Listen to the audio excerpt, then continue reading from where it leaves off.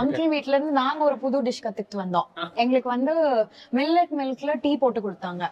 ரொம்ப சூப்பரா இருந்தது அங்கிள். நாங்க இப்ப அத வீட்ல ஃபாலோ பண்ணிட்டு இருக்கோம்.